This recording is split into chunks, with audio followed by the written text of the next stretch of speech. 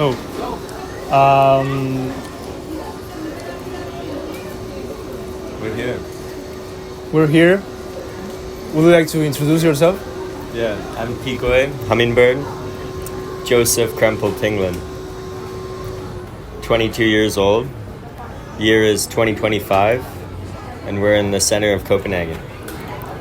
Okay, so we're in the Tivoli Gardens. We're just enjoying some nice sunny day.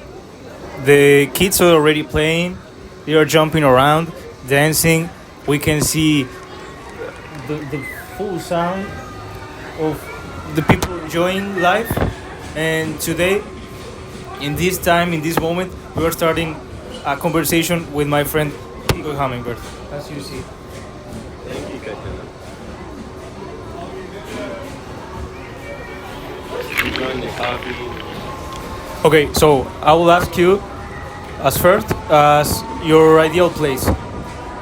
Ideal place, like right now, where do I want to be? In a very long future, far away future, or whenever, an ideal place, an ideal land, an ideal terrain to stay and live and just finish in a supreme life.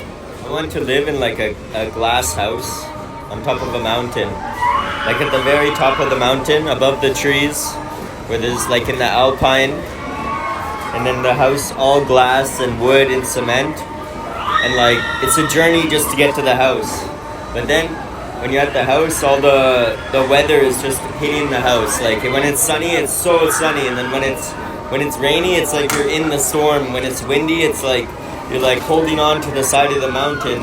But then you have like this little glass oasis up there with, I'm growing some food, I'm there with my wife, traveling the world, but then we just go hide out there.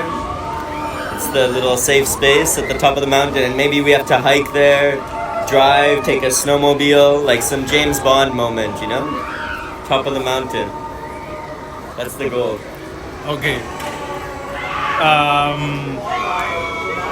So I would like to ask. I'll say you. You tell me. I'll tell you. You tell me now, because this is an important thing to get to know about you, about PïKOI Hummingbird. Why balloons? Yeah, balloons. We got a balloon here. I think that balloons are very fascinating. I always like had an interesting relationship with my birthday growing up, and I feel like balloon is when I see a balloon, the first thing that comes to my mind is birthday, and when I think birthday, the first thing I think is balloon. Like maybe for some people it's cake, piñata, but for me it was always balloon. But I didn't always like my birthday, and so I found this interesting, like the balloon relationship. But I always loved, what I loved about balloons is when you have the helium balloon, and you can put it on the roof, you can put it on your head. And I just remember being a kid and thinking it was so nice, let the balloon go, watch it fly. And then when I get a bit older, I think like, wow, it's kind of like our life. We just get like one moment, we just fly, and then we're gone. It's like, it's very quick life. But recently I was with a girl, and I was thinking about the balloon, and then I was like, oh shit, like our body is just a balloon, and like when we touch each other, we're just like, that's why we're electric. We're like the balloons touching each other. When you put the balloon on the hair, it's like electric, and we're just full of air in our body, and our skin's just like the balloon. So I don't know, the balloon's really meaningful to me, and I get a tattoo just to tell myself like I gotta keep going up, gotta keep trying to fly, see how high I can go. But it's also fragile, you know, it can pop any moment.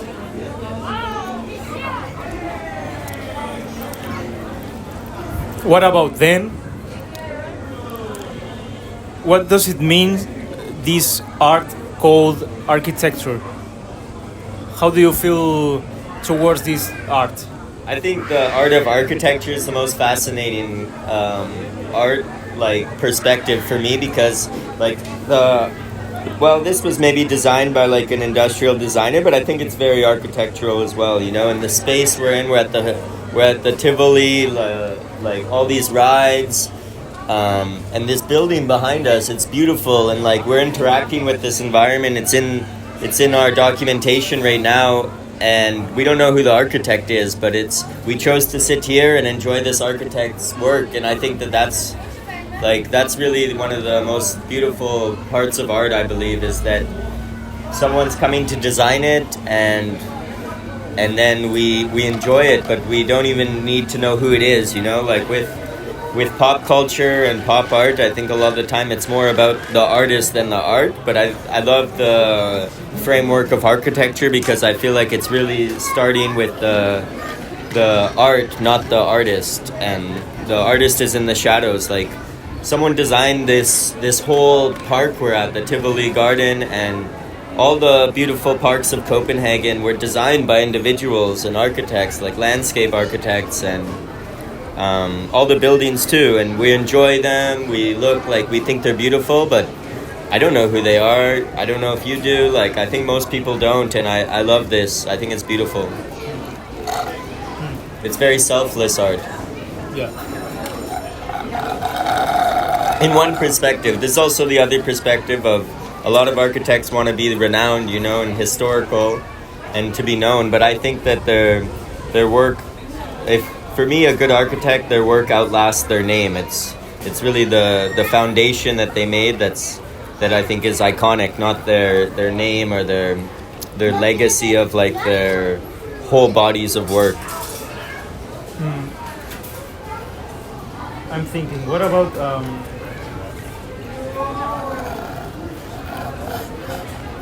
when you think of your childhood, do you think of any color, any sensation in particular?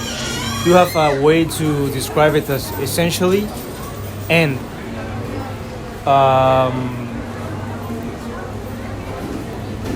what do you feel as a child? Where's your child?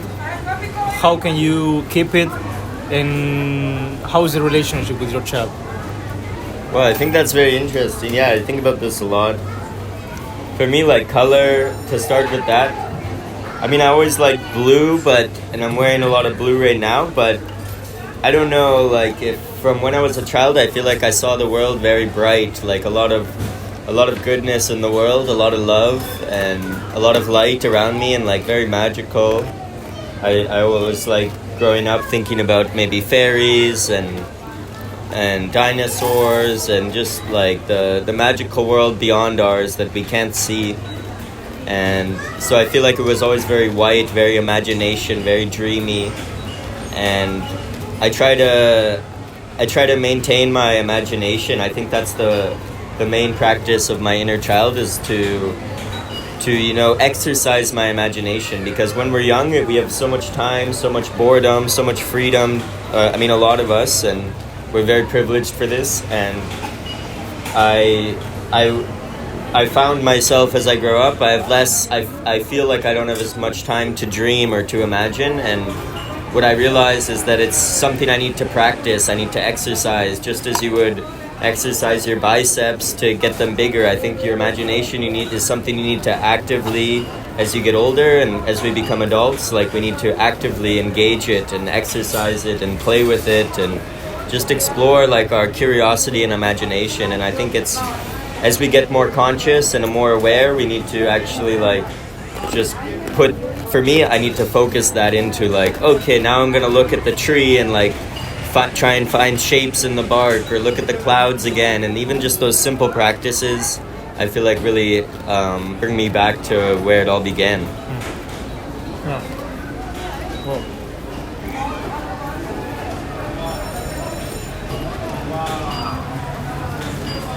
Now, before the last question, I'll ask you about, connected with this one, about some kind of ideal self and some kind of fate or destiny connected with your life and your spirituality. How if you see something in the future that you're thinking, I want to be this person, I want to become this person, this is my most superior self. And well, about the future, right? Yeah, I mean, I think that this is something I'm always asking myself, because I really want to be the best version of myself. I mean, I don't want to say like that, but I want to be like at my full potential, but I think that my potential is ever expanding. Like I don't know. I'm just embracing it and going with it. It's like it's bigger than me. I don't even know how big it is, but it used to be more intertwined with my ego, I guess. And I used to think like, oh, like maybe I'm the next Bob Marley or like something like this, or like I used to think that my destiny and my fate was to be like a spiritual or political leader, because I felt like I had like some wisdom to share or some like unique vision to share. But I realized that that's actually more attached to my ego and my identity, and it's to be more true to myself is to like allow my potential to be bigger than I am, and not limit it by being like, oh, I need to be this, but rather just embrace it and allow everything to keep expanding, you know, because I just moved to Copenhagen, and like if I had told myself like 5 years ago, like, oh, I'm going to be living in Copenhagen doing this, I don't know if I would have been able to think that that would be real, you know. But because I just keep embracing as things come, like now it's my reality, now it's real, and I think it will keep happening that way, and I'm excited for it. And yeah, does that answer everything to your question? But yeah, it's something I'm always expanding. But I guess the one note I do want to add is like right now I'm really focused in the medium of photography and visual documentation of not only monumental moments. I mean, I think every moment can be monumental, but like just also the small moments of life, the little beauties, as well as the spectacular moments. But I think that now that I'm like pursuing photography and practicing this medium, I'm really obsessed with being like I would love to be the best photographer ever. Like I think that is, I don't know, I feel like I can, and I want to, and it's never ending. Like photography is something that's really like there's so many variables and so many different ways you can control your lens and to shape the light and the direction and no direction, and there's so many different variables, and it's really, I love it because it's really like, for me, it's ever expanding. Like at one moment you can be like obsessed with what kind of lens and what kind of camera you're using,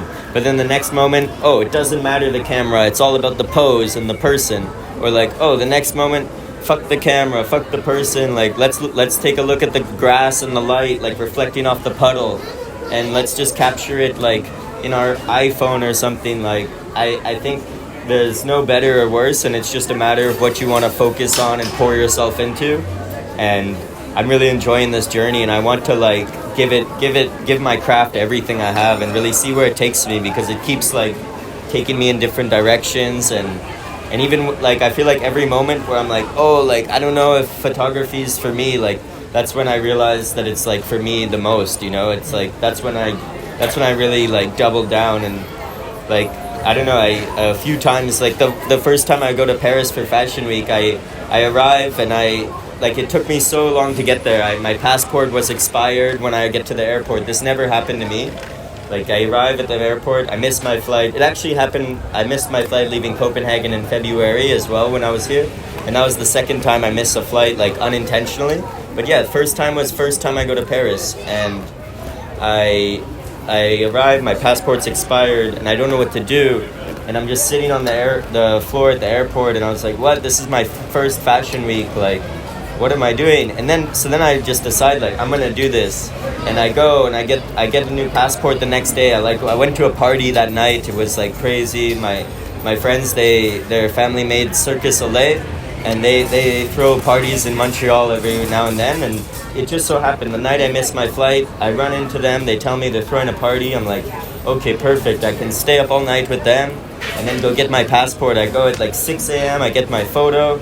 I tell the Canadian like official office, that like the passport office, that I needed to be in Paris. I told them that my career depended on it. I told them I'd been spending like the past 4 years preparing for this moment, and I totally like the passport was, I just totally spaced it, because it wasn't fully expired, but it was like expiring within the limited time period. So then I get the new one. It cost me a lot of money, and then I arrive in Paris, and I was going there because I was going with this professional photographer to shoot, like be his assistant with him. And when I arrived, I booked an Airbnb with the DJ, and the DJ, when like on the plane, she had texted me, and I didn't get it till I arrived, and she's saying like, well, yeah, I booked a new flight, and then I arrived, and she texts me, and she's saying, oh, I'm not coming, I can't get the Airbnb with you, my jobs fell through. And then I was like, oh, like what, I can't afford to stay at the Airbnb, I just paid for my new passport, my new flight, and then I'm just in Paris, like I was maybe 18 or 19, and yeah, I think I was 18, and What year was this? this was 2021. And yeah, or no, 2022. So then I get the, yeah, she texts me, oh, I can't get the Airbnb with you, and I'm like, okay, what am I doing? Where am I staying? And then I'm running around, and it's Fashion Week. Everything's booked. Like I needed to find something that day. I'm like, do I just take the Airbnb? But it was like a 2-bedroom, so I canceled it. And then I joined this random Facebook group, and I find this random guy from Turkey, and he messages me, and he's like, yo, like I'm a photographer. Like I have a place, you can stay at my house. I'll stay with my girlfriend. You can rent it. So then I'm like, okay, rent it. Finally, it's like middle of the night, pouring rain, I'm soaking wet. And then I go and I sleep there, and then I wake up the next day, and the photographer I was going to work with messages me, and he's like, hey man, like I'm really sorry, I'm unable to hire you. I don't know, like I don't know if I can give you any jobs. Like you can still come with me, but I can't pay you for anything. And then I'm like, what? Like I don't know, this was like the main reason I went. Like obviously I wanted to go, and my career was leading to this, but I was like, that was the main like final reason that I was like, okay, like it's all gonna make sense, I have some guaranteed jobs. But then I was pretty like melancholy, and like didn't know what I was doing in Paris, and I was like, what did I do? Like why did I go push so hard for what? And then I'm meeting up with some friends. I meet up with this famous stylist. He from Montreal. He's working with like A$AP Rocky right now, and A$AP Rocky's brand. But back then he was doing like his own styling, and I knew he was in Paris, and I'm like, yo, like let's meet up. Like I don't know what I'm doing in Paris, and we met up, and then I'm talking to him, and I'm like, yeah, bro, it's sick that we're out here from Canada, but like, how come we're not with Kanye? How come we're not with like Rick Owens, and like where are these people at, the great designers? Like it just seems like a lot of chaos during the Fashion Week. I was like, where's the actual like the masters and the geniuses, you know, that I've been inspired by for years? And I told him like, I just really want to like meet Rick Owens or someone like this. And then the next day I'm walking, and I didn't know what I was doing. I was just like, okay, like I'm gonna go find some stuff in the Marais.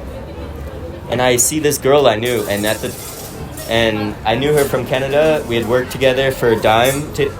She was the production coordinator, and I saw her on the street, and I'm like, oh, like what are you doing in Paris? I didn't know you were here. And she was like, oh yeah, I got a new job. I'm Matthew Williams' personal assistant. Like I'm working for him. I'm traveling with him. And she was like, come with me, like, because I told her I didn't know what I was doing. Like I told her what happened. And she was like, no, just like come with me. We'll have fun. She take me to an event, and she's like buying me all these things with like her company card, and I was just like, what is happening? This is crazy. And then she takes me to this event, and she's like, oh, meet my friend. And she introduced me to this. He's a famous videographer and photographer from Italy. His name's Davide, and yeah, she introduced me to him, and was like, hey, like I think that you guys would be good friends, and that I thought PïKOI might be like a good assistant for you. And then he's like, oh, perfect, I have a show tomorrow, like come. And I was like, okay, like fire. And he's like, yeah, I need you to do video. Can you do video? And I was like, yeah, I guess. But at that time, I didn't have much video experience, but I was just like, hey, like this is my chance. And then I show up at the show early in the morning for Ludovic de Saint-Sonim, and I'm videoing on my camera, videoing everywhere. I'm like, oh, I need to capture everything. Like this was my first show. I'm like taking photos, videoing everything. And I didn't even know like how it worked, you know. It was my first big runway show, and I was like, wow, this is awesome. Like I was feeling like it made sense that why I went to Paris and made it all work, you know. And then after the show, we were there for like 6 hours. After the show, we're going in the backstage to interview the designer, and I didn't even know when. And then few moments later, Rick Owens and Tyrone just come and stand next to me, and then I start talking to them and photographing them, and then I met them, and I don't know, like I feel like that changed everything. You know, I was just unsure why I was supposed to be there, and then they really liked my photos. They posted them, they messaged me, and they were like, "Yo, what you're doing is dope," and that. I don't know, it just made me really believe in myself and believe that I was on the right path, even though like so many times I was feeling so lost the week before. I was like, why am I here? Like, what am I doing? Am I just making the wrong decisions? But I don't know, I feel like that's kind of like, I never would have thought, that was like my wildest dream, you know. I was telling my friend a few days before that I was like thinking, wishing my wildest dream would come true, and then it did like a few days later. And I don't know. Then I missed a flight back to North America, and I stayed in Europe for like six or 8 months after that. And I missed a few flights that summer back to North America. I just kept getting work, new opportunities. I traveled to Berlin. I lived in Berlin for a few months. Then I actually came here for the first time for the Fashion Week in August. That was about 2 years ago, and I went to Turkey and then back to Germany and to Czech Republic, and then just been traveling for the past 3 years. But like that was, I don't know, I feel like throughout the past few years I've had many moments like that as well, where I question everything, and then That's double checks. yeah. Right? And that, so I feel like that's why I don't try to plan too much. I just try to allow my potential and my opportunities to arrive. Any other questions? Yeah. The last one, we'll talk about. We'll talk about death. So, as the last thing, we'd like to know just your vision on death. What do you think of our future? What As happens? humans? Yeah, as humans, what happens when we die?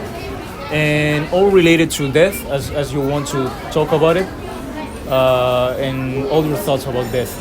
Okay? Yeah, I mean, I'm a very conscious person, I feel like, at least I try to be, and I practice like this awareness. So I don't know, I don't think of death as a bad thing. I think it could happen any moment, you know, like one of the rides could fall off at the fair and you're done. Or like, I don't know, my coffee could make my heart just stop.